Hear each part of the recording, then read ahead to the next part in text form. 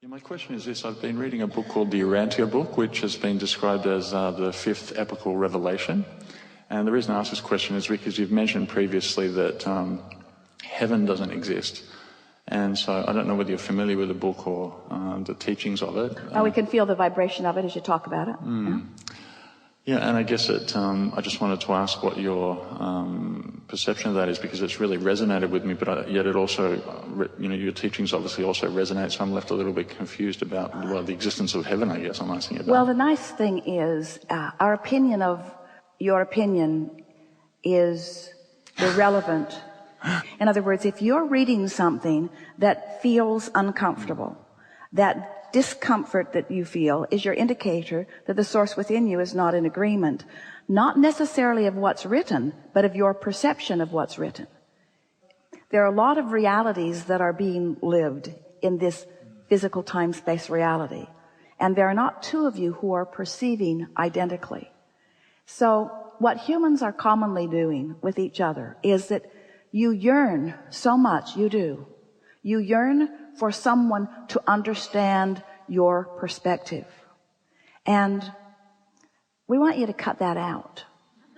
Because in your trying to explain yourself to each other in a way to get agreement from others, very often you are training yourself away from your own guidance system.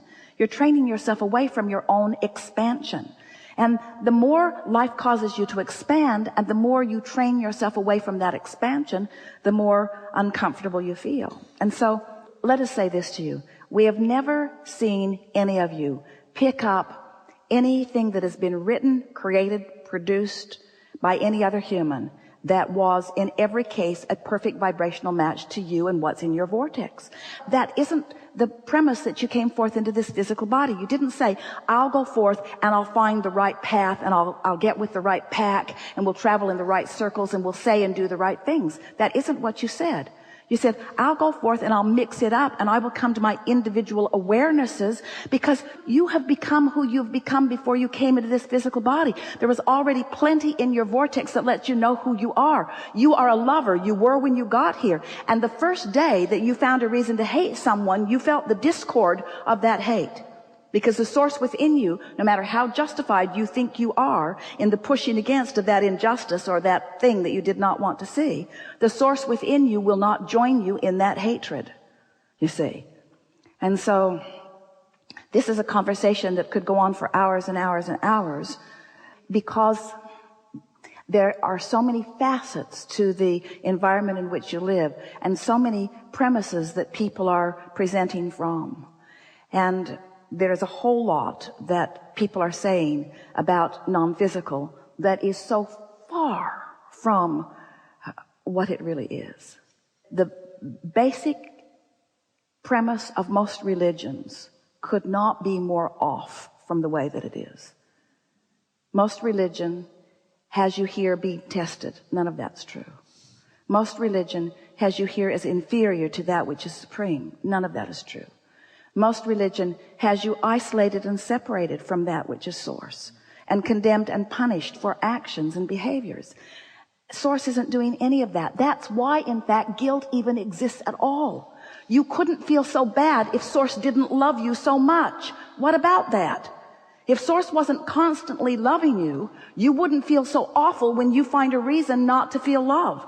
And if source wasn't constantly loving everyone else, you wouldn't feel so awful when you're blaming them either, you see.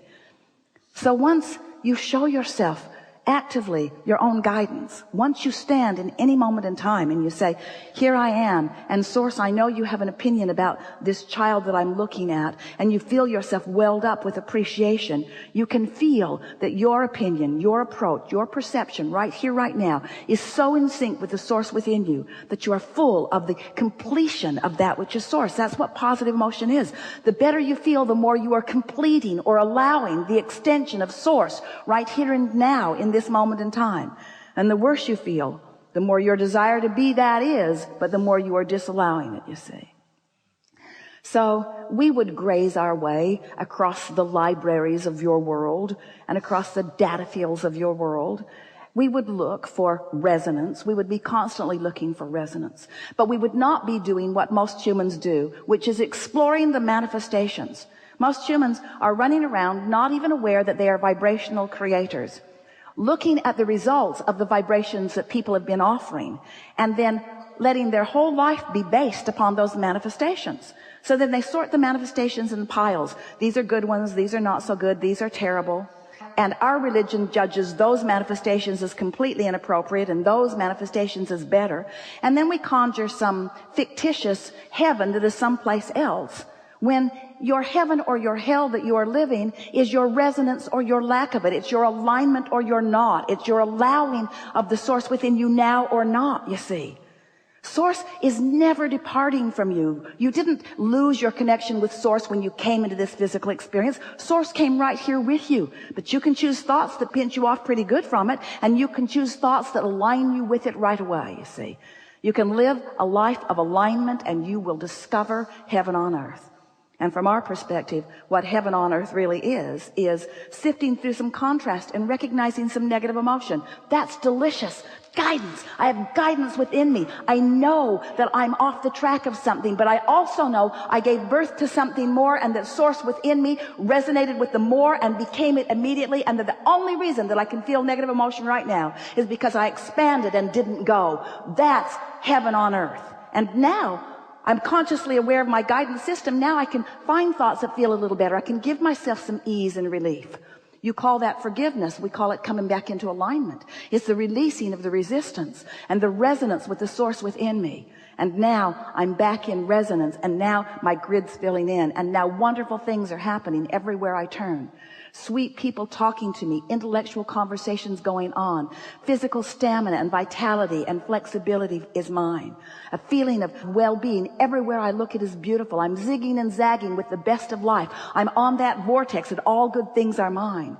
And there are people maybe clamoring around saying, hey, life isn't good, life isn't good, life isn't good, life isn't good. But I don't hear them. I'm not in the vibrational vicinity of them. I'm living pure positive energy. I'm living life in the way that I came forth to live, and standing as example of well-being to others. And when others come into my experience, maybe they were born into my family, maybe I was born to them, maybe I married one of them, maybe I go to school with one of them, somebody is clamoring in a vibration that doesn't feel so good. They're saying, hey, you, what have you got your head in the clouds? What are you so happy about? You should be down here with us, living life in the reality that we all live. You should be sifting and sorting through the stuff of life, and you should be perceiving life more as we perceive it. And we say, you can't perceive other than you perceive. And when you tune yourself to the frequencies of well-being, well-being is what will be revealed to you everywhere you go. If we were standing in your physical shoes, we would no longer sift and sort the piles of manifestation. We would spend all of our conscious awareness in looking for the best feeling thought that we could find. We would tune ourselves constantly to the frequency that allows well-being, and we would stand as an example of that, so that when those who see us, they would understand that we are living the well-being that we have been talking about, teaching through the clarity of example as best you can. And you never get it done. You never get it done, and you cannot get it wrong. And the reason that you cannot get it wrong is because it is never done. So let's say you're standing in a place and you don't feel so good. And with good reason. Something happened. You looked at it. It hurt your feelings. You're out of whack. The very fact that you can feel negative emotion means there is a love right now that you are denying. You couldn't feel pain if love were not there. Don't you like knowing that? If there were not love that is more right for you and more available to you, you would never feel loneliness. Loneliness only exists because you're denying yourself the alignment with what you want. Are you getting this? You're getting this. Helpful? We liked it.